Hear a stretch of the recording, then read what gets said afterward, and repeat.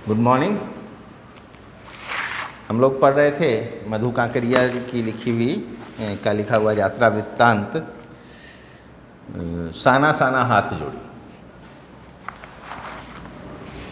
तो इसमें हम लोग वहाँ तक पढ़ चुके थे कि लेखिका जो है वो उस सौंदर्य को देखते हुए आगे बढ़ती चली जाती हैं। थोड़ी दूर तो उनको दिखाई देता है कि कुछ महिलाएं पत्थर तोड़ रही हैं।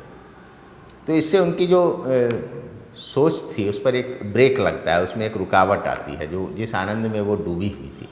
और उनको दिखता है कि जीवन का संघर्ष यहाँ भी है, इस स्वर्ग जैसे सुंदर जगह में भी जीवन का संघर्ष वैसा ही है जैसा कि बाकी जगहों पर होता है।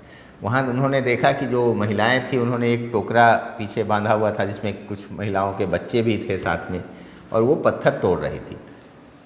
तो आमतौर पर महिलाओं को माना जाता है कि वो ऐसे काम करती हैं जो ज़्यादा कठोर नहीं हो। पत्थर तोड़ने जैसा काम तो ज़्यादा ही कठोर माना जाता है। तो लेकिन वहाँ उन्होंने देखा महिलाओं को करते हुए, जो देखने में कोमलांगी थी, मतलब बहुत नाजुक सी महिलाएं थी। उनका रंग बहुत गोरा होता है, जो नेपाली या सिक्किम में जो लोग होते हैं पहाड़ों में ठंडी जगहों पर। तो देख के वो लग नहीं रहा था कि ऐसा इतना मेहनत वाला काम वो करती होंगी। लेकिन उन्होंने सामने देखा तो उनकी जो सोच थी, उनकी जो आनंद यात्रा चल रही थी, उसमें एक रुकावट आई और जीवन की एक सच्चाई का और पता चला वहाँ।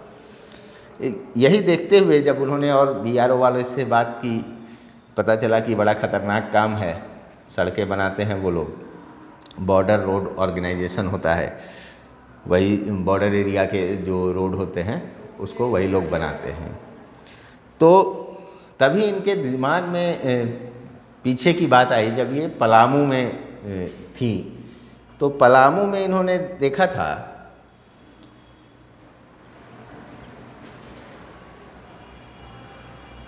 नहीं, पलामू नहीं, गुमला। पलामू और गुमला दोनों।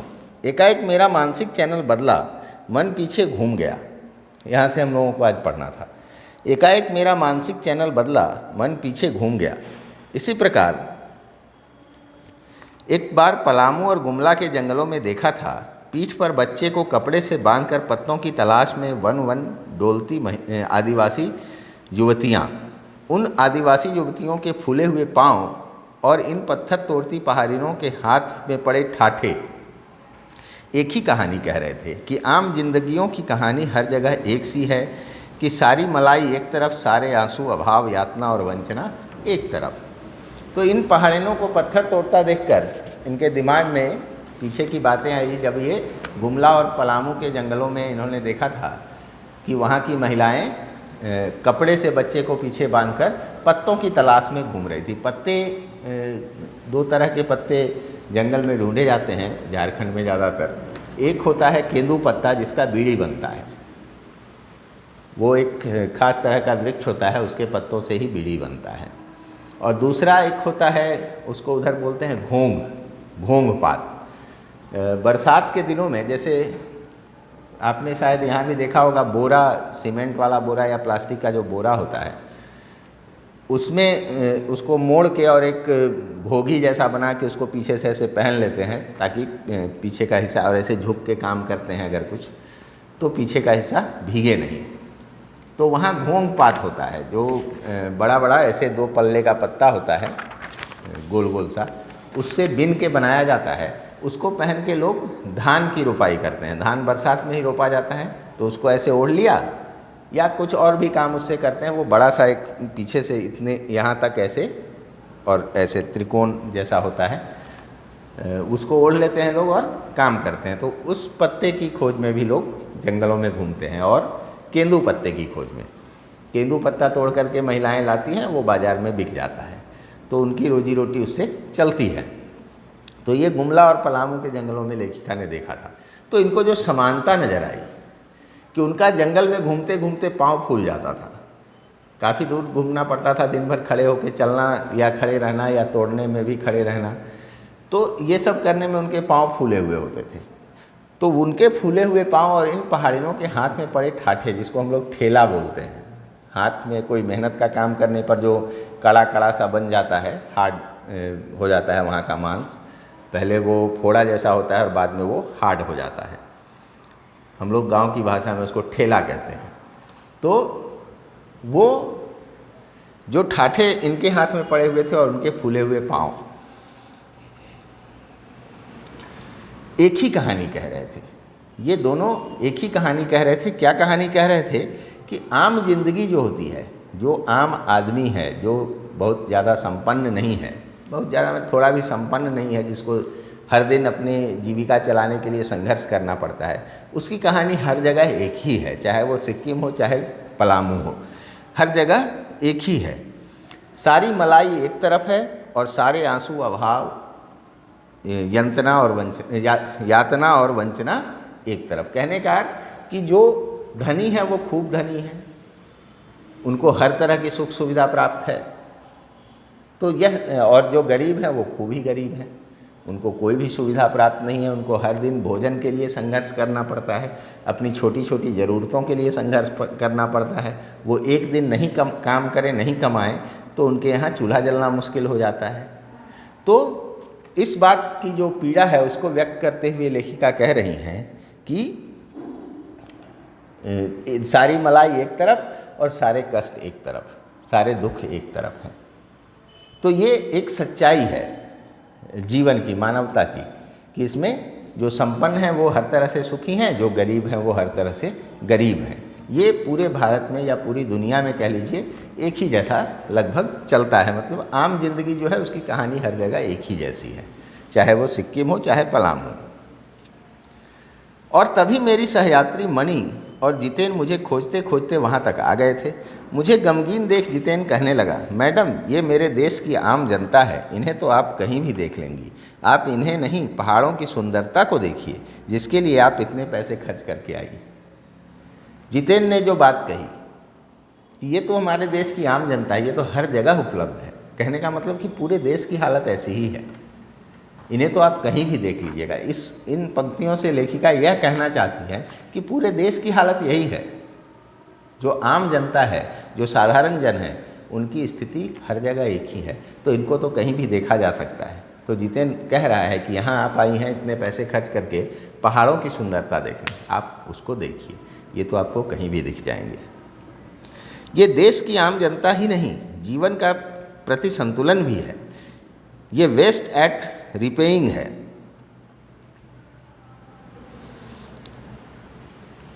कितना कम लेकर ये समाज को कितना अधिक वापस लौटा देती हैं, मन ही मन सोचा मैंने। कहने का मतलब कि ये आम जनता ही नहीं है, ये सिर्फ देश की आम जनता नहीं है, जीवन का एक संतुलन भी है। ये कितना कम लेकर कितना देती हैं, कहने का अर्थ कि इनकी जो मजदूरी होती है, इनकी जो कमाई होती है, या इनको जो रिटर्न मिलता है अपनी मेहनत के बदले, वो बहुत कम होता है, जिससे उनका जीवन किसी तरह चलता है। लेकिन वो देती क्या है? वो सड़क बना रही है। वो सड़क बना, कोई भी मजदूर जो काम करता है तो वो कितना बड़ा काम कर रहा होता है, वो घर बना रहा होता है, वो रोड बना रहा होता है, वो कारखाने बना रहा होता है, उससे कितने बड़े बड़े काम होने वाले होते हैं, लेकिन उसको तो उस एक दिन की मजदूरी ही मिलती है, जबकि योगदान तो उसका होता ही है। तो उसी बात को यहाँ व्यक्त कर रही हैं कि कितना कम लेकर ये समाज को कितना अधिक वापस लौटा देती हैं। वेस्ट एट रिपेइंग का मतलब वही हुआ कि कम लेना और ज़्यादा देना। मन ही मन सोचा मैंने। हम वापस जीप की ओर मुड़ने लगे कि तभी मैंने देखा वे श्रम सुंदरियाँ किसी बात पर इस कदर खिलखिलाकर हंस पड़ी थी कि जीवन लहरा उठा था और वह सारा खंडहर ताजमहल बन गया। जब ये मुड़ रही थी जीप की तरफ कि तभी वो जो काम कर रही थी महिलाएं, उनका वो रोज़ का काम था, उससे वो दुखी नहीं थी, उसको वो अपने जीवन का हिस्सा मानती थी, इसलिए उसी में आनंद भी लेती थी। तो उसी में काम करते करते कुछ बातें कर रही होगी, उसी में सब अचानक खिलखिलाकर हंस पड़ी। तो उनकी हंसी ने उस माहौल को बदल दिया।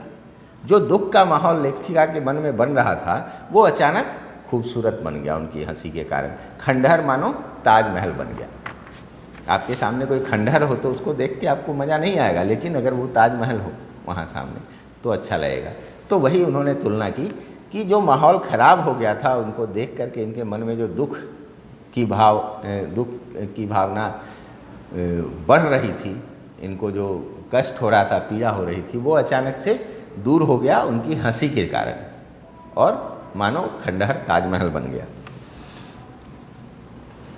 आगे है, हम लगातार ऊंचाइयों पर चढ़ते जा रहे थे। जितेन बता रहा था, अब हम हर मोड़ पर हेयर पिन बेंट लेंगे और तेज़ी से ऊंचाई पर चढ़ते जाएंगे। हेयर पिन बेंट के ठीक पहले एक पड़ाव पर देखा 7-8 वर्ष की उम्र के ढेर सारे पहाड़ी बच्चे स्कूल से लौट रहे थे और हमसे लिफ्ट मांग रहे थे। जितेन ने बताया कि हर दिन 3-3.5 किलोमीटर की पहाड़ी चढ़ाई चढ़कर ये बच्चे स्कूल जाते हैं। हेयर पिन बेंट का मतलब वो एकदम बहुत कड़ा घुमाव, जैसे जब आप ज़्यादा ऊंचाई पर जाएंगे तो वहाँ पर जो चढ़ाई होती है वो ज़्यादा होती है, ऐसे घूमना होता है गाड़ी को, तो सड़क बहुत ऊंची अचानक से होती है वहाँ, उसी को हेयर पिन बेंट कहते हैं।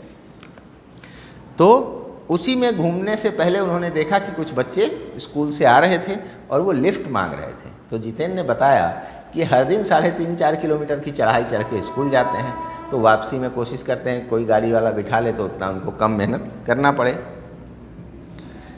तो लेखिका पूछती है, क्या स्कूल बस नहीं है? मनी के पूछने पर जितेन हंस पड़ा। अच्छा, ये मनी ने पूछा तो जितेन हंस पड़ा। मैडम, ये मैदानी नहीं पहाड़ी इलाका है, मैदान की तरह यहाँ कोई भी आपको चिकना बर्बीला नहीं मिलेगा। बर्बीला मतलब बड़े पेट वाला, तोंद वाला, मेरी तरह। यहाँ जीवन कठोर है। नीचे तराई में ले देकर एक ही स्कूल है, दूर दूर से बच्चे उसी स्कूल में जाते हैं और सिर्फ पढ़ते ही नहीं हैं। इनमें से अधिकांश बच्चे शाम के समय अपनी माँओं के साथ मवेशियों को चराते हैं, पानी भरते हैं, जंगल से लकड़ियों के भारी भारी गट्ठर ढोते हैं। खुद मैंने भी ढोए थे। तो वो वहाँ की स्थिति बता रहा है कि ये मैदानी इलाका नहीं है कि यहाँ स्कूल बस मिलेगा, यहाँ मुश्किल चीज़ें हैं। ये यहाँ हर आदमी मेहनत करता है, किसी का पेट नहीं निकल पाता है। और ये सही बात है, सिक्किम वगैरह में आप जाएंगे तो वहाँ की जो व्यवस्था है कि आप अगर सड़क से घूम के जाएंगे तब भी चढ़ाई चढ़नी है, थोड़ा आरामदेह होता है, लेकिन वो बड़ा लंबा पड़ता है। तो वहाँ सीढ़ियाँ बनी हुई हैं। आपको इस मार्केट से दूसरे मार्केट में जाना है, दूसरे रोड में जाना है तो 108 सीढ़ी चढ़ जाइए, 150 सीढ़ी चढ़ जाइए, 200 सीढ़ी चढ़ जाइए। मैं वहाँ कंटोनमेंट एरिया में रुका था तो वहाँ भी था कि कैंटीन जाना है तो 200 सीढ़ी चढ़ जाओ, सब्जी लाने जाना है तो 100 सीढ़ी उतर जाओ। इस तरह की स्थितियाँ थी। तो वहाँ जो लोग रहते थे, जो फौजी थे या जो सिविलियंस भी बाहर भी देखने को मिलते थे, किसी की तोंद नहीं निकली होती थी, क्योंकि उनको पर डे उनका जो मेहनत होता था, हर दिन की जो परिश्रम उनकी होती थी, वो इतनी ज़्यादा थी कि उनका सारा कैलोरी उसमें खर्च हो जाता था। तो वो फैट जमा होने का कोई चांस ही नहीं था। किसी को पेट कम करना हो तो वहाँ जाके रहे 6 महीना, अपने आप कम हो जाना है।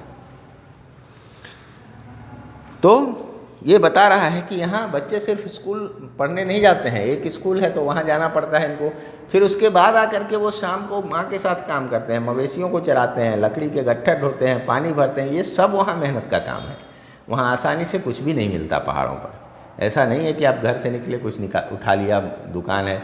आपको कहीं भी जाना है तो कहीं ऊंचा चढ़ना होगा या उतरना होगा। उतरेंगे तो फिर चढ़ के वापस आना होगा, चढ़ के जाएंगे तो उतरने समय आपको आराम मिलेगा। तो ये वहाँ की ज़िंदगी है और लोग इसमें अभ्यस्त हो चुके हैं। खतरा अब धीरे धीरे बढ़ने लगा था। रास्ते और भी संकरे होते जा रहे थे। कई बार लगता जैसे रास्तों को इंच टेप से नापकर एक जीप जितना ही चौड़ा बनाया गया है कि जरा भी संतुलन बिगड़े, इंच भर भी जीप इधर उधर खिसके तो हम सीधे घाटियों में। इन रास्तों पर जगह जगह लिखी चेतावनियाँ भी हमें खतरों के प्रति सजग कर रही थी। सामने ही लिखा था, धीरे चलाएं, घर में बच्चे आपका इंतजार कर रहे थे। पहाड़ों में जब आप ज़्यादा ऊंचाई पर जाएंगे तो रास्ते पतले हो जाते हैं, सकरे हो जाते हैं और वो खतरनाक हो जाते हैं। उसमें बड़े नियम कानून से चलना होता है कि जो गाड़ी चढ़ाई पर चढ़ रहा है तो जो उतरने वाला है वो उसको किनारे रुक के जगह देगा जाने का, क्योंकि वो रुक नहीं सकता है चढ़ने वाला। रुकेगा तो फिर वो बढ़ नहीं पाएगा। तो ये सब बड़ा ट्रैफिक रूल्स का वहाँ ध्यान रखना होता है। हर जगह उसके लिए चेतावनियाँ लिखी होती है। आप जब पहाड़ों में जाएंगे तो पापा जल्दी आना, आपके बच्चे आपका इंतज़ार कर रहे हैं, ऐसे स्लोगन्स जगह जगह लिखे मिलेंगे कि आप थोड़ा भी आपके ध्यान में हमेशा ये बात रहे गाड़ी चलाते समय कि मेरे घर में भी कोई इंतज़ार कर रहा है, मैं यहाँ पर लापरवाही करूँगा तो मैं मर जाऊँगा। शराब पीकर गाड़ी ना चलाएं। बहुत सारे स्लोगन्स आपको लिखे मिलेंगे। टिहरी में मैंने देखा था, लिखा हुआ था, स्पीड थ्रिल्स बट किल्स। बड़ा अच्छा लगा मुझे कि स्पीड थ्रिल्स बट किल्स, सही बात है, गति जो है वो रोमांच देती है लेकिन मार देती है। तो वैसे रास्तों में आप तेज़ गति से नहीं चल सकते हैं, बड़े नियम कानून से चलना होता है। तो ऐसे स्लोगन्स वहाँ लिखे होते हैं। थोड़ा और आगे बढ़े कि फिर एक चेतावनी, we care man eater around, पर हमें नरभक्षी जानवर नहीं, दूध देने वाले याक दिखे। आगे चेतावनी था कि वी केयरफुल, यहाँ पर आदमखोर जानवर हो सकते हैं। उस क्षेत्र में जंगल था तो हो सकता है वहाँ तेंदुआ वगैरह हो जो हमला कर सकते हैं मनुष्यों पर, लेकिन लेखिका ने कहा कि हमें नरभक्षी जानवर नहीं दिखे, हमें दूध देने वाले याक दिखे। याक भैंस जैसा ही एक जानवर होता है जिसके बाल बड़े बड़े होते हैं, सींग होता है। पहाड़ों पर गिरती बर्फ से प्राकृतिक ढंग से रक्षा करने वाले घने घने बालों वाले याक, याक के बाल बहुत बड़े बड़े होते हैं, इसलिए होते हैं कि वो ठंडी जगहों पर पाया जाता है और ठंड से बचने के लिए प्राकृतिक रूप से उसके बाल बड़े होते हैं, मतलब वो जैकेट पहन के पैदा होता है। अगर आप पहाड़ों के कुत्ते देखेंगे तो अपने यहाँ आप जैसे एल्सीशियन देखते हैं या पामेरियन देखते हैं, वैसे बाल वहाँ के देहाती कुत्तों के होते हैं। सड़क पर घूमता हुआ कुत्ता भी बड़े बड़े बालों वाला दिखेगा, आपका मन करेगा इसको ले चलते हैं, लेकिन यहाँ आएगा तो परेशान हो जाएगा, वो ठंडी जगहों का कुत्ता है वो। तो जो भी जानवर होते हैं ठंडी जगहों पर उनके बाल बड़े होते हैं। पोलर बियर वगैरह का भी आपने देखा होगा डिस्कवरी में या ऐसे भी कहीं देखा होगा टीवी वगैरह में, सबके बाल बड़े होते हैं। सूरज ढलने लगा था, हमने देखा कुछ पहाड़ी औरतें गायों को चराकर वापस लौट रही थीं। कुछ के सिर पर लकड़ियों के भारी भरकम गट्ठर थे। ऊपर आसमान फिर धुंध और बादलों से घिरा हुआ था। उतरती संध्या में जीप अब चाय के बागानों से गुजर रही थी। फिर एक दृश्य ने मुझे खींचा। नीचे चाय के हरे हरे बागानों से में कई युवतियाँ बोकू पहने, बोकू सिक्किम परिधान होता है एक लवादा जैसा, चाय की पत्तियां तोड़ रही थी। नदी की तरह उफान लेता उनका यौवन, श्रम से दमकता गुलाबी चेहरा। एक युवती ने चटक रंग का बोकू पहन रखा था। सघन हरियाली के बीच चटक लाल रंग डूबते सूरज की स्वर्णिम और सात्विक आभा में कुछ इस कदर इंद्रधनुषी छटा बिखेर रहा था कि मंत्र मुग्ध सी मैं चीख पड़ी। इतना अधिक सौंदर्य मेरे लिए असह्य था। अब ये लोग जब आगे बढ़ रही थी तो सूरज ढलने लगा था, शाम का समय था, तो इन्होंने देखा कि कुछ पहाड़ी औरतें गायों को चराकर वापस लौट रही थी और उनके सिर पर लकड़ी के भारी भरकम गट्ठर भी रखे थे। अब एक साथ वो दो काम करती थी, गाय भी चरा रही हैं, लकड़ियाँ भी चुन रही हैं या काट रही हैं, तो उनका एक गट्ठर बनाकर सिर पर रख लेती थी जलावन वगैरह के लिए। आसमान धुंध और बादल से घिरा हुआ था। जब संध्या उतरती संध्या में मतलब शाम जब हो रही थी तो जीप चाय के बागानों से गुजर रही थी। उसमें एक दृश्य इनको दिखा कि जो महिलाएं ही चाय की पत्तियां तोड़ती है। इसका कारण कहा जाता है कि उनके हाथ कम कठोर होते हैं तो पत्तियों को नुकसान नहीं पहुंचता है और वो तोड़ तोड़ कर उसको ऐसे पीछे एक टोकरा जैसा होता है उसमें ऐसे रखते जाती है तोड़ तोड़ के। आप कहीं भी देखेंगे चाय के बागानों में महिलाएं ही तोड़ती हैं पत्तियां। तो वो बोकू पहने हुई थी। बोकू एक जैसे कश्मीर में फेरन होता है पूरा ओवरकोट जैसा, तो उसी तरह का एक होता है बोकू। ठीक मुझे ध्यान में नहीं कितना बड़ा होता है, लेकिन एक जैकेट जैसा ही ऊपर से, मतलब लवादा जैसा ही होता है जो नीचे तक होता है, घुटनों तक शायद, वो पहने हुए और वो पीछे टोकरा लगा रहता है उनके। तो वो तोड़ रही थी। अब उनको देख कर लग रहा था जैसे नदी, उफनती हुई नदी को कहा जाता है कि वो जवान नदी है जिसमें पानी भरा होता है। तो उसी तरह इनकी तुलना कर रही हैं लेखिका कि वो जो युवतियाँ थीं उनके चेहरे दमक रहे थे, मानो वो एक उफनती हुई नदी हो। वो परिश्रम भी कर रही थी और वो अभी युवती थी, तो उनमें वो ऊर्जा थी और उनके चेहरे दमक रहे थे। जो मेहनत कर रही थी तो उसके चलते उनके चेहरे और लाल हो गए थे, और लाल नहीं गुलाबी हो गए थे। उनका रंग बहुत गोरा होता है तो उन पर तुरंत लालिमा, थोड़ा भी मेहनत वगैरह करने पर वो चेहरे पर दिखने लगता है या धूप पड़ने पर। एक जो युवती थी उसने चटक लाल रंग का बोकू पहना हुआ था। वो हरी पत्तियों के बीच, चाय का बागान एकदम हरा दिखता है, उसके बीच वो लाल रंग, तो लाल और हरा का जो कॉम्बिनेशन था वो बड़ा खूबसूरत लग रहा था। और उसमें भी सूरज के डूबते हुए समय का जो रोशनी होती है वो पड़कर और खूबसूरत बना रहा था उस दृश्य को। तो ऐसी इंद्रधनुषी छटा बिखेर रहा था कि मंत्रमुग्ध सी ये चीख पड़ी कि इतना सौंदर्य इनके लिए असह्य हो रहा था कि इतना सुंदर भी कैसे कोई दृश्य हो सकता है। यूमथांग पहुंचने के लिए हमें रात भर लायुंग में पड़ाव लेना था। गगनचुंबी पहाड़ों के तल में सांस लेती एक नन्ही सी शांत बस्ती लायुंग। सारी दौड़ धूप से दूर जिंदगी यहाँ निश्चिंत सो रही थी। तो इनको एक बीच में लायुंग नाम के गांव में रुकना था, जो कि पहाड़ों के बीच एक छोटी सी बस्ती थी और वहाँ सब कुछ शांत था। उसी लायुंग में हम ठहरे थे, तीस्ता नदी के तीर पर बसे लकड़ी के एक छोटे से घर में। मुंह हाथ धोकर मैं तुरंत ही तीस्ता नदी के किनारे बिखरे पत्थरों पर बैठ गई थी। सामने बहुत ऊपर से बहता झरना नीचे कल कल बहती तीस्ता नदी में मिल रहा था। मध्यम मध्यम हवा बह रही थी, पेड़ पौधे झूम रहे थे, गहरे बादलों की परत ने चांद को ढक रखा था। बाहर परिंदे और लोग अपने घरों को लौट रहे थे। वातावरण में अद्भुत शांति थी। अब ये वहाँ रुकी तो वहाँ का जो दृश्य ऐसे ही, उन जगहों पर तो ऐसे ही हर दृश्य ही सुंदर होता है। तो वहाँ तीस्ता नदी बह रही थी, उसमें एक झरना गिरकर मिल रहा था। तो ये जाकर वहाँ किनारे पत्थरों पर बैठ गई और इस दृश्य को देखने लगी कि क्या क्या हो रहा है। पेड़ पौधे झूम रहे थे, परिंदे अपने घर वापस जा रहे थे, शाम का समय था और एक अद्भुत शांति थी वातावरण में। मंदिरों की घंटियों सी, घुंघरुओं की रुंझुनाहट सी जो आवाज़ें थी वो जैसे किसी मंदिर की घंटियां बज रही हो, जैसे घुंघरू बज रहे हो, एक लय में लग रहा था कि कोई संगीतमय वातावरण हो। तो उसमें भी एक अलग तरह की शांति होती है। आंखें अनायास भर आई। ज्ञान का नन्हा बोधिसत्व जैसे भीतर उगने लगा। वही सुख, शांति और सुकून है जहाँ अखंडित संपूर्णता है। पेड़ पौधे, पशु और आदमी सब अपनी अपनी लय, ताल और गति में है। तो इनकी आंखें भर आई हुई, थोड़ा भावुक हो गई। इनके अंदर एक ज्ञान का बोधिसत्व जन्म लेने लगा। का मतलब हुआ कि बुद्ध को जिस पेड़ के नीचे ज्ञान प्राप्त हुआ था, तो वो ज्ञान का वृक्ष इनके अंदर जन्म लेने लगा। इनको समझ में आने लगी चीज़ें। क्या समझ में आई?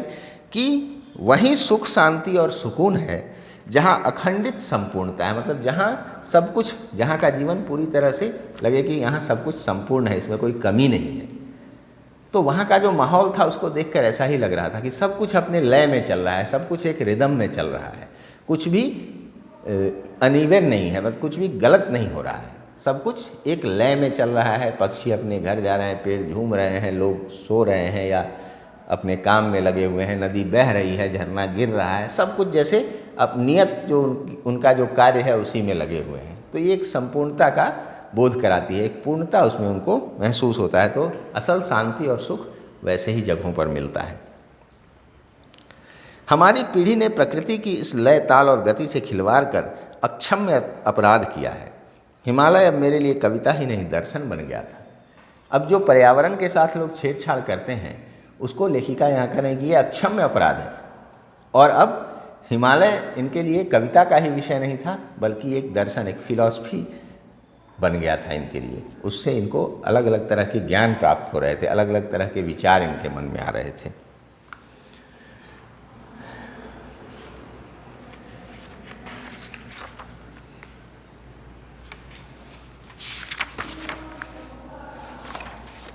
ठीक है, हम लोग इतना ही रखते हैं आज। अभी है बाकी, अभी और 2-3 दिन लगने वाले हैं इसमें। तो आप लोग इसको पढ़िएगा और रोज़ मैं यही कहता हूँ कि आप लोग इसको पढ़िएगा। आप पहले से पढ़ चुके होंगे तो मैं जो बताऊँगा तो और अच्छे से आप समझ पाएंगे उसको, तो इसलिए पढ़िएगा ज़रूर। चलिए आज इतना ही रखते हैं, कल फिर इसको आगे हम लोग बढ़ाएंगे।